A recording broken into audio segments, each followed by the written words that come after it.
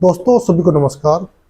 जैसे कि आपको मैं जो वीडियो पहले देखे होंगे, हमने फर्स्ट चैप्टर प्राचीन भारत के स्रोत उनसे बनाया था। उसके बाद हमने एक वीडियो पाषाण युग से, यानी पाषाण युग में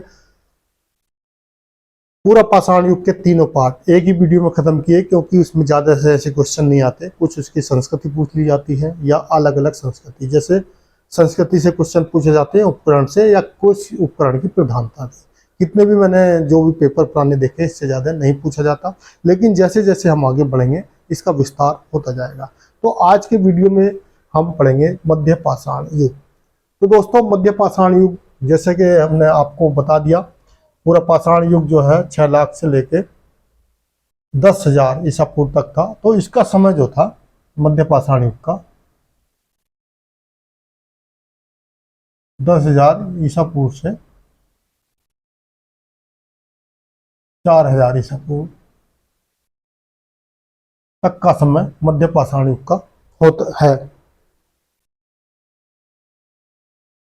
और दोस्तों औजार की बात की जाए या उपकरण, अभी जो है पूरा पाषाण युग में थोड़े जो उपकरण थे, जैसे हैंडएक्स था, विदारणी था, फलक फलक था या गणासा था, सब भारी थे। इसमें क्या है, उपकरण क्या हो गए, लघु उपकरण आ गए।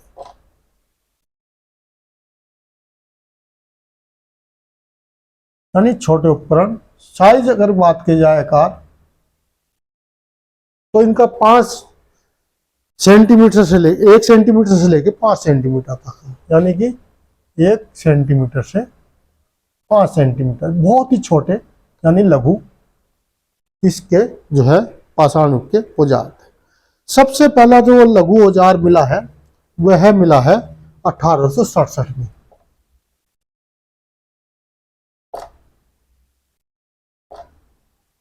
सबसे पहला मध्य पाषाण युग का औजार मिला है। और यह जो है सीएल कलाइल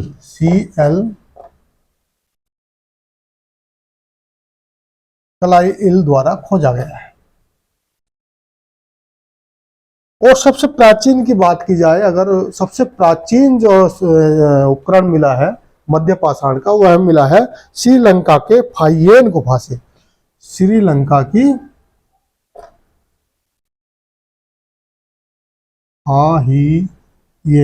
फाहियन गुफा से सबसे प्राचीन मध्य पाषाण का उपकरण मिला है। जो ये उपकरण है, अब सबसे मध्य पाषाण युग का समय का पता हो गया, भारत में कहां से मिला है ये पता हो गया, उपकरण कौन कौन से हैं। तो सबसे ज्यादा एक उपकरण का भी क्वेश्चन आता है या पूछा जाता है। तो दोस्तों उपकरण में जो है जेस्पट, कल से दोनी,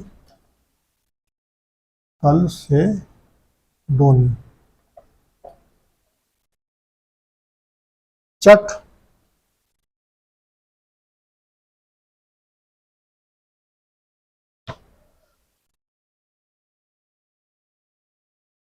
फ्लिप्ट और क्वार्टजाइट्स, ये उपकरण है। विधि, बनाने की विधि, अगर आपने पुराना वीडियो देखा होगा तो उसमें पता चला होगा, जो पूरा पाषाण युग है उसके तीनों, पूर्व पाषाण युग में कोई भी विधि नहीं थी, संस्कृति थी। जैसे पूर्व पाषाण की संस्कृति है मद्रास से हैंडएक्सिस मिला, तो मद्रास संस्कृति हैंडएक्सिस बोल देते हैं। और मान लिया जो सोन संस्कृति थे, चापर चॉपिंग संस्कृति के टाइप के वो मिले तो उसको चापर, लेकिन विधि नहीं थी। और यहाँ पर क्या है, ज्यामिति विधि से बनाना शुरू कर दिया, ज्यामिति विधि बनाना शुरू कर दिया। कहने का मतलब जो औजार पत्थर के उपकरण बनाने लगे उनको विधि कर दिया, और इनका आकार भी दे दिया। पहले जो है आपको अभी तक आकार नहीं था, लेकिन मध्य पाषाण आते हुए आकार हो गया चंद्राकार, अर्धचंद्राकार, और इसके बाद त्रिभुजाकार। त्रिभुजाकार के आकार, यानी कि पूछा गया कि चंद्राकार या चंद्राकार, वे इस तरह के भी क्वेश्चन आए हुए हैं और इसमें से जो है कई बार पहले आ चुका है।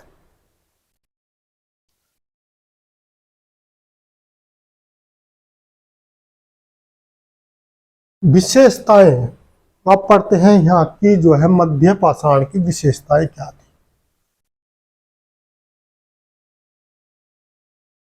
विशेषता में सबसे पहले विशेषता तो यही आ जाएगी, लघु उपकरण थे।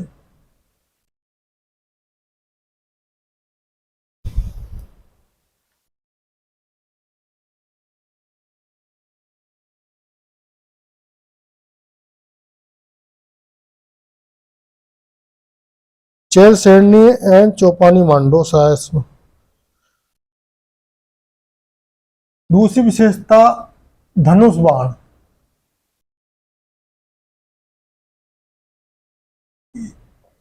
का आवागमन भी मध्य पाषाण काल में आने के साक्ष्य मिले हैं, इसकी एक विशेषता यह भी आ जाती है।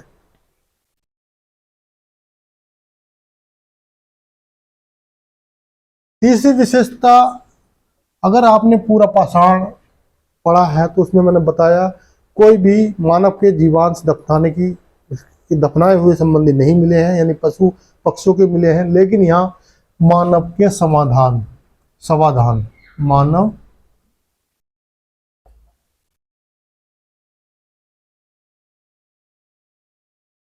साक्ष्य मिलना शुरू हुए हैं, यानी कि इस समय मानव को दफनाना शुरू कर दिया मध्य पाषाण काल में। इससे पहले मानव को दफनाना की प्रथा नहीं थी।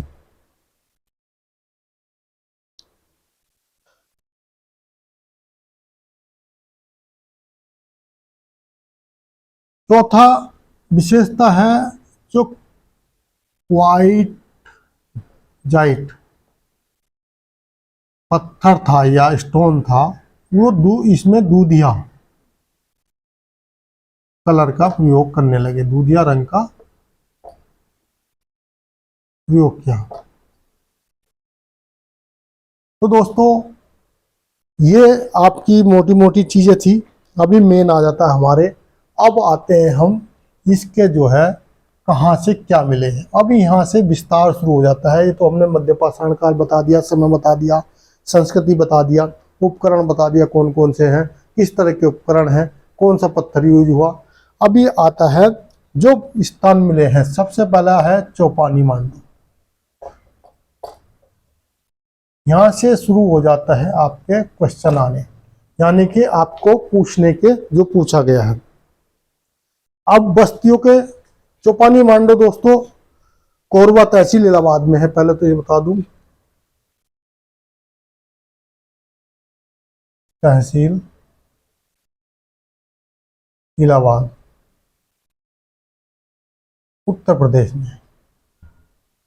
तो दोस्तों कभी कभी चौपानी मांडो एक तरफ आ जाएगा, दूसरी तरफ ऑप्शन आ जाएगा। सबसे पहले तो आपको चौपानी मांडो का पता होना चाहिए कहाँ पर है।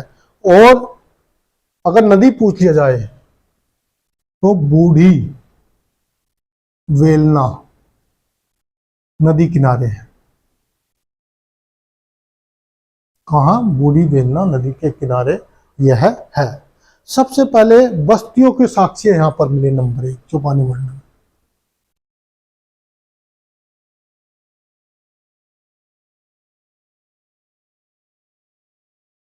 बस्तियों के साक्ष्य, यानी कि पूरा पाषाण युग में मानव जो है भ्रमण करता रहता था, इधर उधर भागता था, लेकिन मध्य पाषाण आते आते पता चला है इससे कि यहाँ पर चौपानी मंडलों में कुछ बस्तियों के साक्ष्य मिले हैं। बस्तियों के साक्ष्य में कितनी 13 झोपड़ियां मिली हैं। 13 झोपड़ियां, 13 झोपड़ियां मिली हैं, यानी कि 13 झोपड़ियों में फर्श भी मिला है।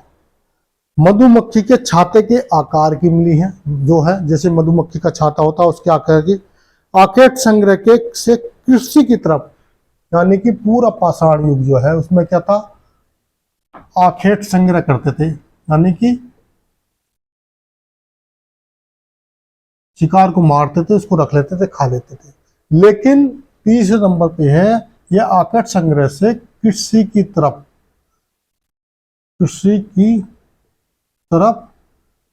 प्रगति के साक्ष्य मिले हैं। कहां से? चौपानी मांडो से जंगली चावल के साक्ष्य मिले हैं।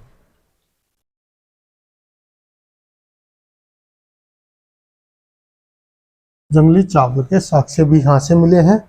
हस्तनिर्मित मृदभांड, सबसे पहला अगर देखा जाए मध्यकाल में हस्त निर्मित यानी हाथ से बना हुआ बर्तन मिला है और चाक से बना हुआ नप्पासाण में हस्त निर्मित बर्तन मिले हैं। उसके बाद अन्नागारों के साक्ष्य मिले हैं, यानी कि कृषि का भी अन्नागार, चाहे कृषि हो चाहे जंगली, जैसे माल्या आज भी पैदा हो जाती हैं जंगलों में, उस तरह हो, उनको पता खाने के समझ के इसको खा सकते हैं, तो उनको इकट्ठा करने के या अन्न रखने के अन्नागार के साक्ष्य मिले हैं। कहां से? चौपानी मांडो से। और नेक्स्ट है चेल सैंडनी और उपकरण मिले हैं। उपकरण यहां से मिले हैं। और इसके अलावा इसकी खोज जो की है ये की है डी मिश्रा द्वारा। दोस्तों यह मध्य पाषाण का जो है चौपानी मांडो था। अब नेक्स्ट चलते हैं, आपको क्वेश्चन यहां से आएंगे, यानी कि साक्ष्य कहां से मिले हैं, किसने खोले हैं। अब नेक्स्ट है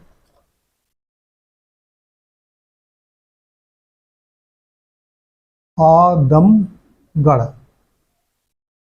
आदमगढ़ दोस्तों यह मध्य प्रदेश में है। कभी कभी ये पूछ लिया जाता है चौपानी मांडो किस स्टेट में है, आदमगढ़ किस स्टेट में है, क्या है। आदमगढ़ जो है पूरा पाषाण युग में मानव ने कोई भी पशु या नहीं पाला, लेकिन आदमगढ़ से पशु पालन के सबसे पुराने साक्ष्य मिले हैं। पशु पालन के प्राचीनतम साक्ष्य मिले हैं।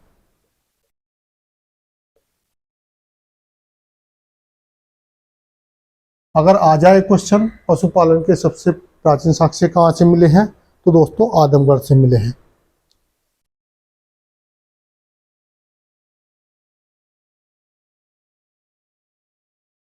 ये आदमगढ़ जो है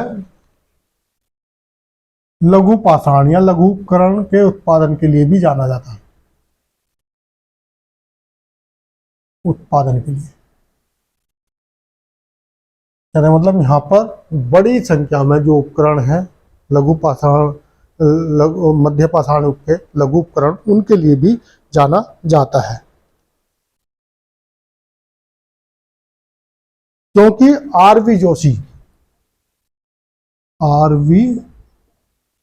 जोशी ने 25,000 लघु पाषाण यहां से प्राप्त किए हैं। दोस्तों आदमगढ़ के बारे में यही है। एक तो सबसे पहले आपको पता होना चाहिए कौन से राज्य में है। दूसरा पालतू पशु के यानी कि सबसे प्राचीन साक्ष्य मिले हैं। लघु पाषाण का जो कारखाना कह लो या वो कह लो, क्योंकि 25,000 एक साथ मिलना यानी कि कारखाना टाइप का था, यहाँ से ही मिला। तीसरा है दमदमा, मध्य पाषाण का दमदमा। तो दमदमा कहाँ है दोस्तों? ये भी उत्तर प्रदेश में है। आपको ये जानकारी होनी चाहिए। दमदमा कहाँ पे है? उत्तर प्रदेश में है। अभी मैंने बताया पूरा, इससे पहली वीडियो में जो पूरा पाषाण की थी कि उसमें कोई भी मानव के समाधान की साक्ष्य नहीं मिले हैं, लेकिन मध्य पाषाण आते आते मानव को दफनाना शुरू कर दिया था। तो यहाँ से 44 मानव, 44 समाधान यानी कि मानव को दफनाने के साक्ष्य यहाँ से मिले हैं। दूसरा, एक ही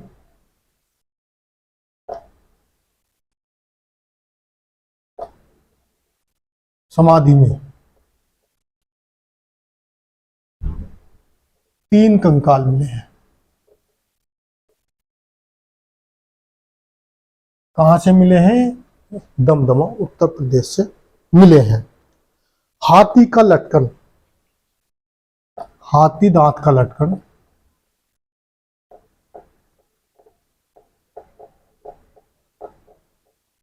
ये भी दमदमा से मिला है दोस्तों। इसमें जो भी अभी पूछा गया है क्वेश्चन, एक ही समाधि में 3 कंकाल, इससे भी क्वेश्चन आ चुका है। दमदमा किस राज्य में, ये भी आ चुका है। हाथी दांत का लटकन, ये भी क्वेश्चन ऐसे आ चुका है। दोस्तों इतनी आपको जानकारी होनी चाहिए। अब है लेखिया, बहुत ही महत्वपूर्ण है, यह भी उत्तर प्रदेश में है। लेखिया मध्य पाषाण का स्थल है। यहां पर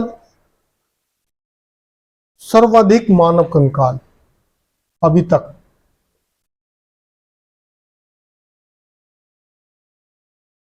कंकाल मिले हैं।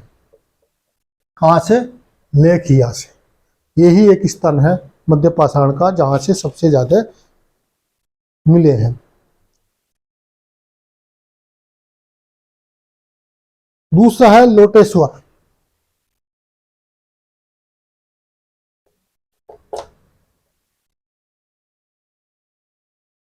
लोटेश्वर स्थल है और ये कहां पर? गुजरात में है। तो सबसे पहले तो आपको यही पता होना चाहिए कौन सा स्थल, कौन सी जगह प्रसिद्ध है।